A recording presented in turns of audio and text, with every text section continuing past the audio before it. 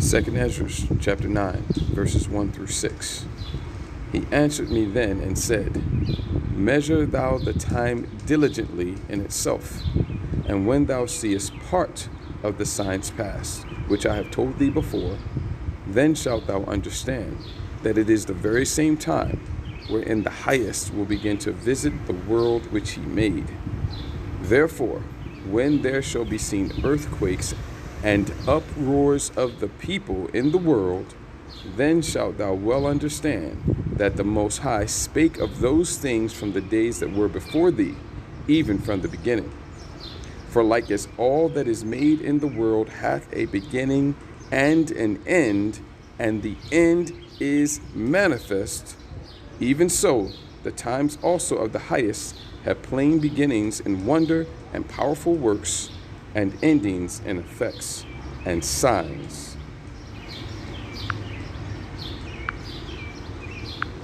Our South Africa correspondent John Sparks is in Durban, where food warehouses are being raided and roads are completely gridlocked. In multiple locations in Durban, there is mass looting, rioting, mass unrest as well. We are in a place called Mobeni. It's down by the port in Durban. We're just going to give you a look at what is going on right now. What has happened is essentially several food warehouses and a rice depot have been invaded. They have been ransacked, and you've got people basically carting off what is inside those facilities. It's happening right now, and in many cases people have brought cars and trucks to go and fill up their vehicles with what they are able to carry out of these facilities. It's absolute chaos here, absolute chaos. The police and the army, the government says it's put 2,500 troops on the streets. The army is nowhere to be seen. I mean, this is really out of control. I mean, there is no law and order, no semblance of law and order here. People are helping themselves. It has to be said, and we were in another location where there was widespread looting going on Nandi Drive, an industrial estate, and people said, hey, look, we're hungry. You know, we're hungry, we haven't eaten, we haven't had anything in 3 months, and it is true that the restrictions put in place because of the global pandemic have hurt people here. A lot of people have lost jobs. A lot of people work in the informal economy. It's very much a hand-to-mouth existence. Millions of people in this country live that way. But what we have here is really something quite extraordinary. People have essentially broken in to food warehouses and they are stripping them. They're emptying them. And if we just go down to the side here, that's my cameraman Garwin McLucky to take a shot. You can see people carrying all sorts of things away with them. Boxes of sardines, we've seen mattresses, kitchen appliances. I cannot see how long South Africa can continue like this. It just, you know, this is not going to work in the short term. Law and order is essentially broken down, and people are helping themselves. And again, you know, people have reasons for it. These disturbances started with the arrest of Jacob Zuma, who is from this province, from KwaZulu-Natal. He was sanctioned by the Constitutional Court. They gave him a 15-month sentence when he failed to participate in an anti-corruption commission, which he himself initiated when he was president. He then refused to turn up to the commission, eventually was given a 15-month sentence and eventually complied with the order. That kicked off some protests, particularly here in KwaZulu-Natal, but this has really transcended those protests. They have acted, the view of many people anyway, as an excuse to steal and to plunder. And, you know, I mean, I think I should say, you know, this is a country where a lot of people live on the edge. They really do live on the edge. It's very much a hand-to-mouth existence for millions and millions of people in this country. And what the events over, you know, the last week have proved is that it doesn't take much to tip things over the edge. And the police, they're nowhere to be seen. The army, I don't know where they are. We haven't seen them. We've been in Durban since this morning. I haven't seen a single soldier. And it's very, very difficult for them to police this. They are completely overwhelmed. Yes, the government is going to have to initiate some sort of state of emergency because this is clearly out of control. I mean, there is no sense of self-restraint here. There is no respect for law and order. And again, your people have reasons for that when you ask them. Will justify what they're doing, but at the moment, I mean, this is a terrible advertisement for South Africa because it looks completely out of control.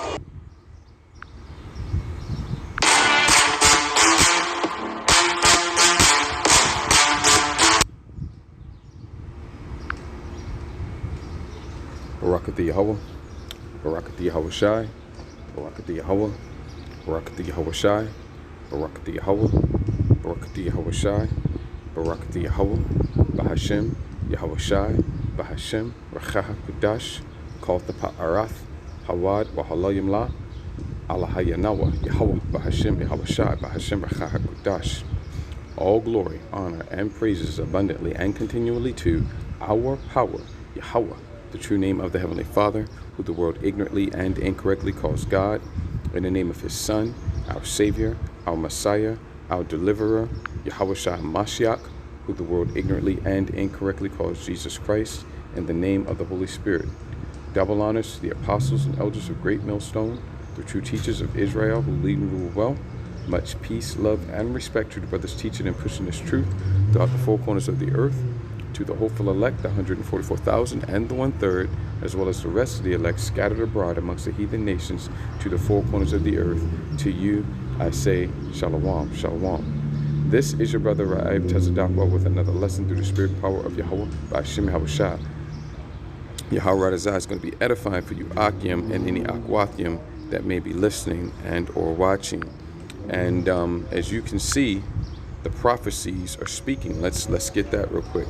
Habakkuk chapter 2, okay? Oftentimes we quote it, but let's just get it and take it from the top real quick. Okay, verse 1. I will stand upon my watch and set me upon the tower, and will watch to see what he will say unto me. And what did Yahweh Shai HaMashiach tell us to do? Watch and pray. Watch and pray, okay? I will stand upon my watch and set me upon the tower, and will watch to see what he will say unto me, and what I shall answer when I am reproved.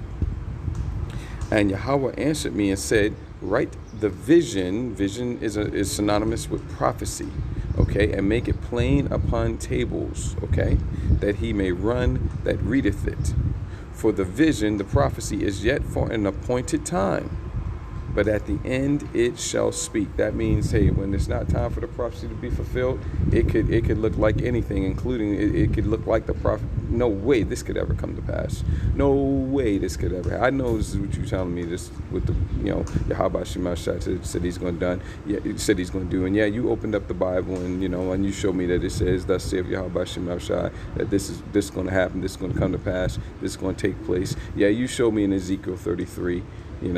About the 30th verse on down, where it says, and lo, and when they come to pass, then thou shalt know that. But right now, it looks like an impossibility to me, right? That's because the prophecy is not for that time. It's yet for an appointed time. For the vision is yet for an appointed time. But at the end, it shall speak and not lie.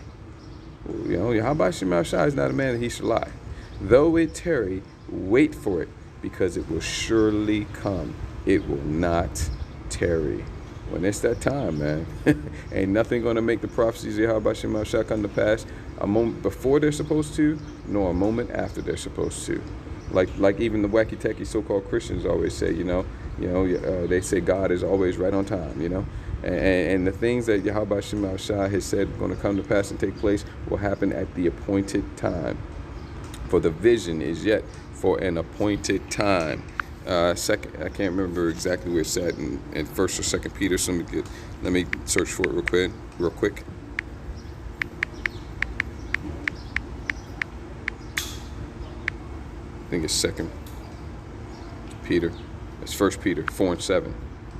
Okay, 1st Peter 4 and 7. And that's just straight to the point, man. This is like a bucket of cold water in your face, man, if you're asleep. but the end of all things is at hand. Be ye therefore sober, wake up, sober up, and watch. There's that word again, unto prayer. Watch and pray. Okay? All right? The end of all things is at hand. And let's get that Ezekiel 33 and 33. We're going to get into these clips. Well, we got another clip we're going to get into as well. Old Testament, Ezekiel 33. Okay? And starting about the 30th verse. Well, let's just get straight to the point. Verse 33. And when this cometh to pass, lo, it will, okay, it will come, okay, talking about these prophecies, man, the things that we're saying, the prophecies that we're speaking, that we're making plain upon tables, okay, they're already plain upon tables as far as being in the scriptures, okay, but we're making it plain because we're breaking the prophecies down and we're pointing it out to you as it takes place. And we're telling you what's coming next, as thus saith Yahweh Shema Shai, as is written in the scriptures. Okay? All right? And when this cometh to pass, yeah, the prophecies, man, lo, it will come. Don't get it twisted. Don't you doubt for 1 second that these prophecies are going to come to pass. Then shalt thou know that a prophet hath been. Then shall they know, rather, that a prophet hath been among them. I like the way it puts it in the NLT. Let's get that. But when all these terrible things, what's one of the titles of Yahweh Shema Shai? The King of Terrors.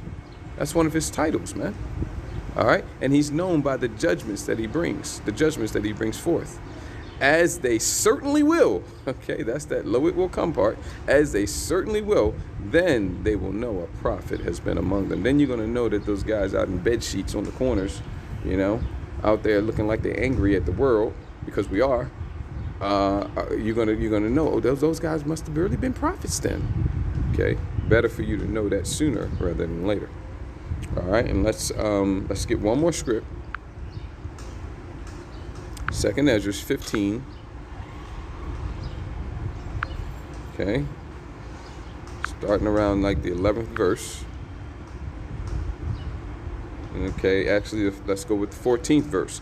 Woe, great distress and destruction even to the world, and in oikomany sense, the whole entire planet and all the inhabitants thereof, and them that dwell therein. For the sword and their destruction draweth not, the end of all things is at hand. And one people shall stand up and fight against another, and swords in their hands. For there shall be sedition. For there shall be sedition. Where do we go here? For there shall be sedition. Let's get rid of that. We're back on, this right here. For there shall be sedition. Okay? For there shall be sedition.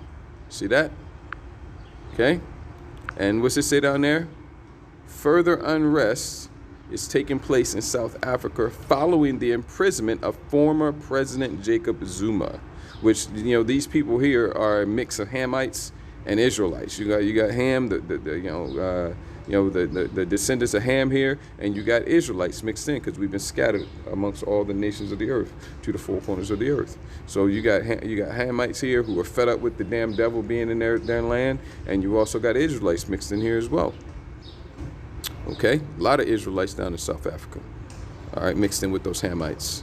Okay, all right. Where were we?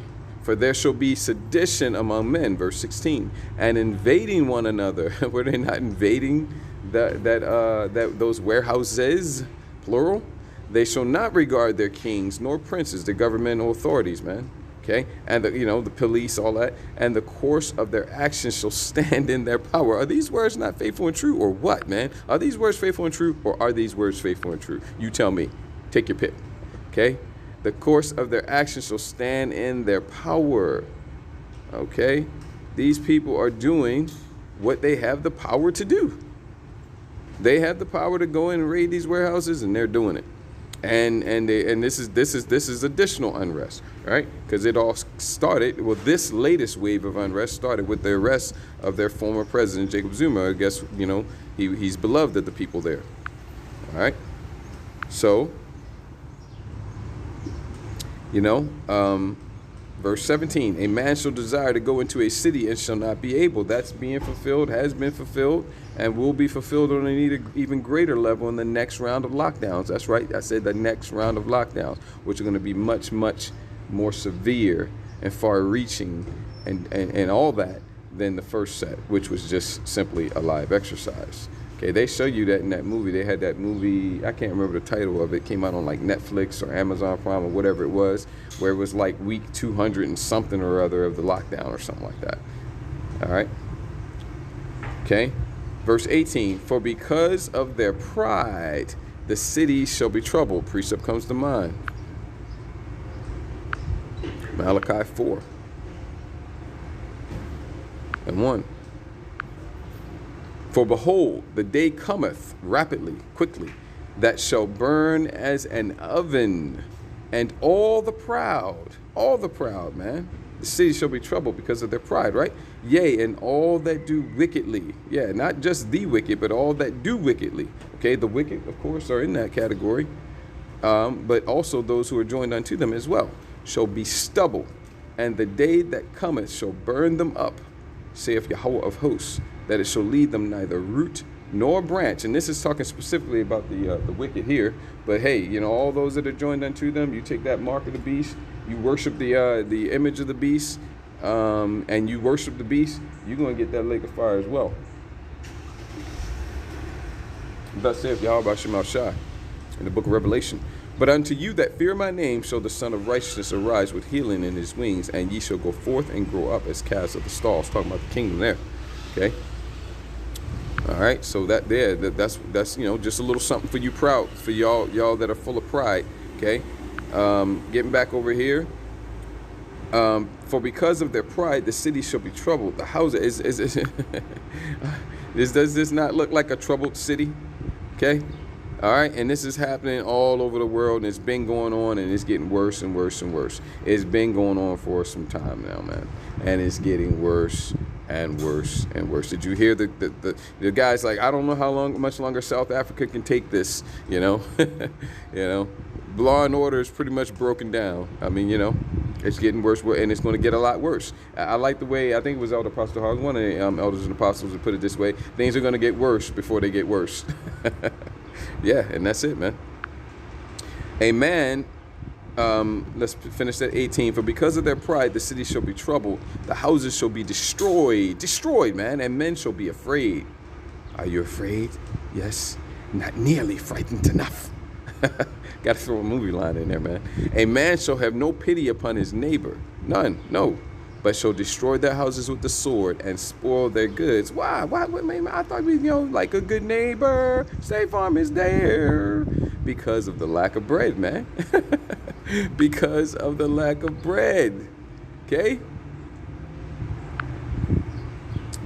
And for great tribulation. What happens? And for great tribulation, man. Great. Not man. And for a little bit of trouble. No. And for a lot of trouble. No. And for great trouble. No. And for tribulation, can we stop there? No. Great tribulation, man. You don't get it. You will, though. You will. We're ramping up to that now. We're ramping up. We must be like kind of near the top of ramping up. No, man, we're just getting started. These are but the beginning of sorrow, man. We just getting started, man. These early stages. Okay? It's going, things are going to get worse before they get worse. All right? Okay? I was going to get something. Yeah. Anyway, it's okay. So, and spoil their goods because of the lack of bread and for great tribulation. So there you go, man. That's what you see. And this is another example of that. But let's get into another clip. Okay? Because what's going on over there in Haiti? What just happened what just took place over there in Haiti? Okay? All right, well, we got Indiana homeowners, if you have a power meter like this on the side of your house, you can qualify to erase your energy bill. And I had heard. All right, this is about the right place where I want to cue it up, so the water Yahweh Shem shot stayed in place. But yeah, U.S. role in assassination. What? U.S. role? an assassination of Haitian president coming in the folk. What's going on here? Huh? What's going on here? Well, that's not going to be the focus of what I'm going to point out here, but it is an interesting note. Elder Menachem Zachariah went into this, that the president over in Haiti that just recently got assassinated, he was against the poke and jab. He was against the vaccination that's being forced upon the whole world. He was against that. And lo and behold, the guy who's now in power now, from what I understand, unless I'm mistaken, he's like, bring it on in, you know? Could that have something to do with it? You know? U.S. role in assassination of Haitian president. Well, that's the title of this right here, and you can look up the video if you like. But we're going to get into this part because, see, through the Spirit, you know, I could be of the tribe of Gad or the tribe of Ephraim. I could be, because I have, genetically speaking, my peoples go back to, you know, Cherokee Indians, Puerto Ricans, and also, you know, so-called black. You know, but through the Spirit, you know, I go back to, you know, my bloodline is through the Levites, which would be one of the so-called Negro tribes. You know, actually the Haitians, right? So through the Spirit, for several reasons, through the Spirit, you know, I'm a Levite, and you know, so these are my, you know, of course, all Israelites are brothers regardless of tribe, but this is my specific tribe over here. You know, the Levites are predominantly over in the land of Haiti. Of course, you have a lot of them here as well. Specifically, especially when it comes to the elect Israelites, you have the majority of the elect Israelites here, but there's a lot of Israelites over in Haiti that are Levites. And so, let's listen to what this devil has to say, these damn devils, and let's just get whatever comes up through the Spirit. And I want to get your take on this, that some of these organizations that may have started out as kind of criminal enterprises in desperation have actually evolved into sort of almost, you know, armed revolutionary populist movements. Yeah, because they're talking about, you know, following the assassination of the president. You know, that's left a power vacuum. You know, things are already tense and teeter-tottering on instability over there, and now you assassinate the president, and now things are just going haywire, right? And are now kind of becoming active in exerting political politics power, and in government. And related to that, what did you make of the Prime Minister asking for U.S. troops to come in, and what kind of clues did that give you as to the motivation of the Prime Minister at the time, and how does that relate to his conflict with these organized revolutionary elements? Well, this guy is a creature of the NED, the National Endowment for Democracy, which we know is a cutout. You know, unfortunately, I really want to sink my teeth into this right now, but unfortunately, I got a late start and I'm running out of time. So, and I don't want to run through this because there's a number of things I want to get into this. I want to get into, you know, what the damn devil's all about. I want to get into,